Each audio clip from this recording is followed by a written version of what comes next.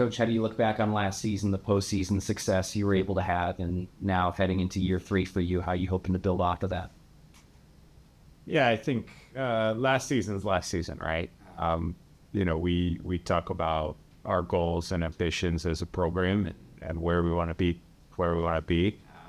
ideally we're building year by year and kind of keep taking steps forward in general as a program. I mean, there are certain lessons that we take from that, but we got a new group, we got a lot of new guys in the locker room. Certainly probably a bigger target on our back this year than maybe last year. So, we got a long way to go, in terms of where we got to get to. But, we try to take it step by step. With the new guys in the program, just getting into the fold, can you just talk about just sort of the work you put in to make sure they're ready for the season when it starts? Yes, we don't get enough time. And, it's the reality of the situation. We get 2 weeks and we play our first game. So it's a little bit trial by fire. You have to throw us into difficult situations. We try to, when we schedule our preseason opponents, schedule really difficult games and competition because ultimately those games give you lessons, give you feedback in terms of, what to do well, what you need to grow in. All areas, both individually and collectively. And so, but we saw it even with our group last year. Maybe we didn't start off as strong as we wanted. Certainly, we lost our first 3 games. And so it does take time to get going. I mean, though, for us, we have ambitions of, hopefully having a strong RPI and, putting us in that large contention. And in order to do that, you got to start off quick. There's not a ton of margin for error. So we're trying to figure out, hey, what combinations of players, who do we want out there, how we're going to play, and trying to get everybody on the same page. The theme of the morning was urgency. We have to have extreme urgency in how we do that because we know the first match is coming up and less than 2 weeks, a week and a half is our first official match. And so there's not a ton of time before we get going for real. Coach, what would you say your biggest takeaways were from last season overall? For us, I think the name of the game is probably consistency. We knew, I knew pretty early on last year that we had capabilities to be, pretty good. And so I think consistency was probably something that eluded us a little bit throughout the season. Luckily for us, we started to click at when it mattered, right, in the right moments. And I think that does separate as you get into later in the season. Teams play with, maybe a little less risk and that the games become a little tighter. And so, we were able to find ways to play some of our best football at the end. Ultimately that's what you want to do every year is you want to be playing your best towards the end of the season. But this year there's a little less room for error with us. There's only top 2 teams in our conference make a conference final this year. And so, you got to kind of be on it a little bit earlier. And so, the results matter. And, certainly there'll be some high pressure games, but that is one of the things I like about this group, and we've had more of it, is we have a little bit more experience being in those matches. Certainly these 2 guys right here have played in some of those matches, which will certainly help their growth and leadership within the rest of the group. To Naz and Thor, how have you guys stepped up into that senior leadership role, and what are some goals you're setting for either yourselves or just what you think this team is capable of as a whole? Yeah, maybe just get the new guys integrated well with the team. I think the new guys could definitely help us a lot. I think it's our job to make sure that the new guys feel like it's firm for them. Because to be honest, if they feel comfortable, that means it's better for everyone. You know what I mean? So I think that's our main goal. It's just to make sure that all the guys know our standards, our values, and initially simple.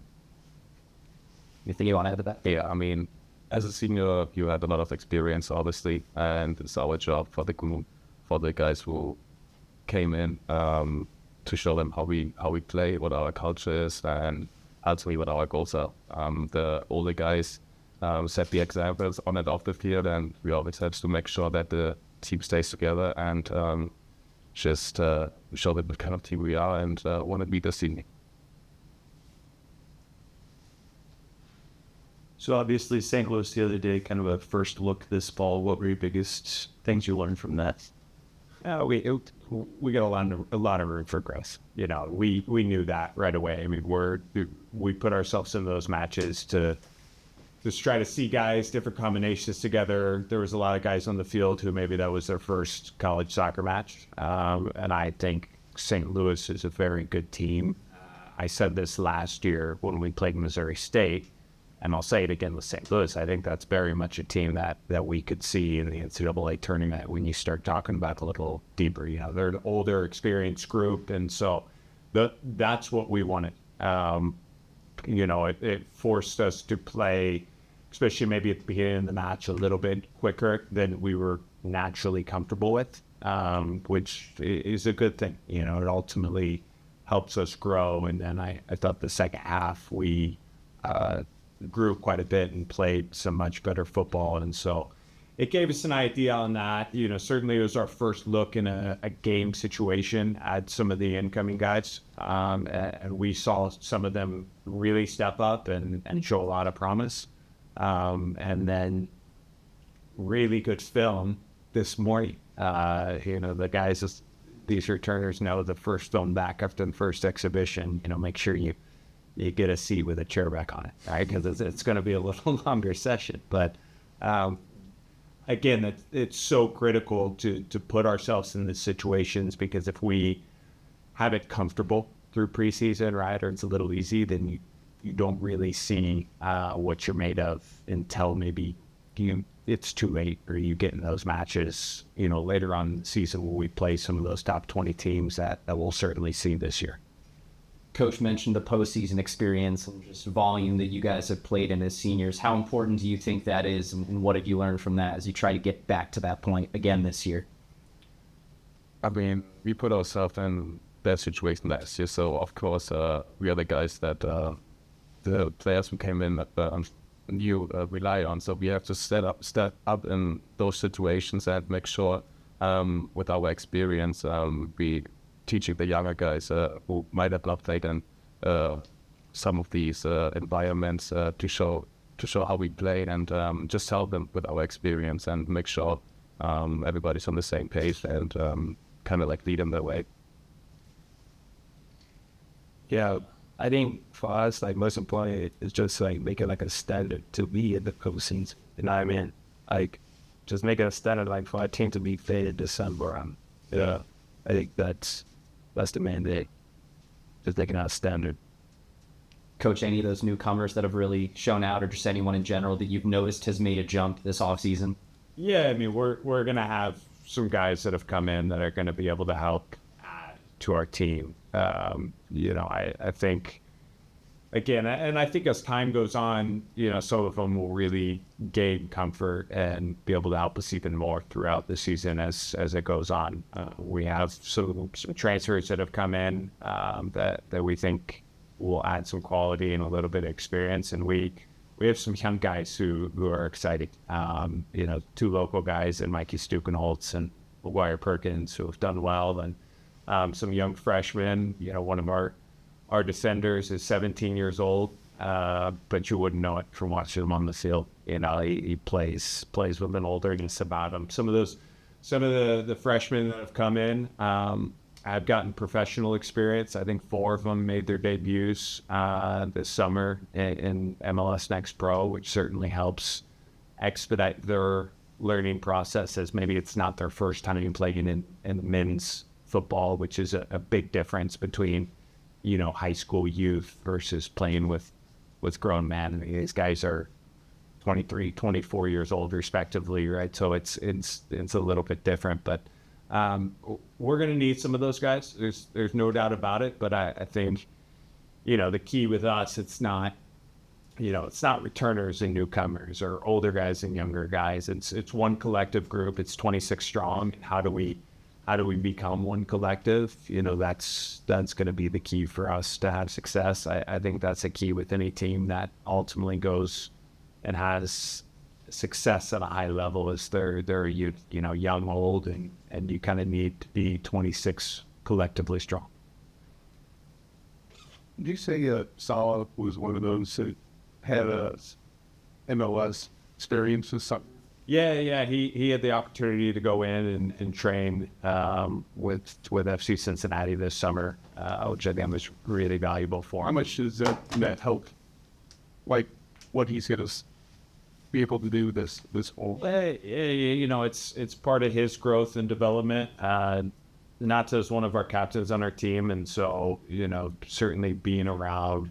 The more you can put yourself around other high-achieving individuals, I think the more growth you have, right? So to go into a professional environment where everybody's getting paid to play, it's their job. You have older, more experienced guys who have been playing professional football for maybe 10, 15 years. I think that speeds up his growth, whether that's from a goalkeeping standpoint or even learning just on what guys are doing off the field, right? Like how they prepare for a session, how they watch film, how they analyze the game, how they do their treatment, all those things that go into being a really high level player. And so we were really happy that FC Cincinnati opened up their doors and allowed him to experience that. He also played with a pretty good USL2 team over the summer, and so got to play with some good players as well. And so the more we can expose guys to those environments, I think it helps in their growth. Naz is the same way. He played in Asheville this summer, and they made a Final Four in the USL2, playing with some of the top players in the country. And so I think anytime you have guys get those experiences, it's only going to grow them and them to see maybe a little different perspective than what they have in their environment here. Play with different players, work under different coaches, I think can be a really positive thing. Now, what was your experience like this summer with Trenton? It was pretty good. Nashville was it was great. I think it gave me like a new, like a new hunger, like to win. I feel like we went undefeated. They lost in the semis. I think, like it just gave me like a deep hunger to win. Like the standard was to win. No matter how you win, just win. I've been at Hurrdat together. The culture was good. I think it definitely helped me a lot, and I definitely look forward for the season. You talked about just sort of maybe a little bit more added pressure going into the season. Can you just talk about how cool it's been as you as a coach to see sort of just the standard raised each year that you've been here?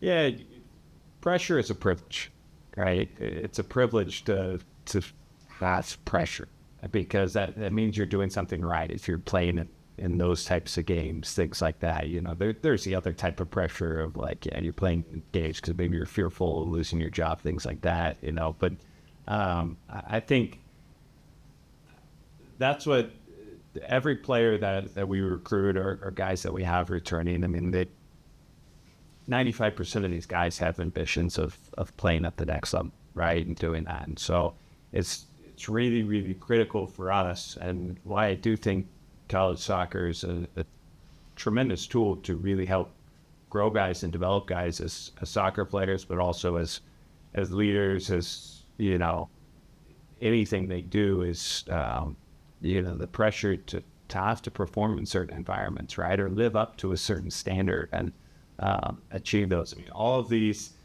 soccer is the vehicle at which we teach life lessons, and ultimately when these guys are done, I want them all to have successful careers, professional careers, if that's what they, desire, and put those guys in opportunities to do so. But, the values that we try to teach and we carry over, they translate into so many different areas of life. And, that's what's ultimately really important, is these guys are going to be successful no matter what they do.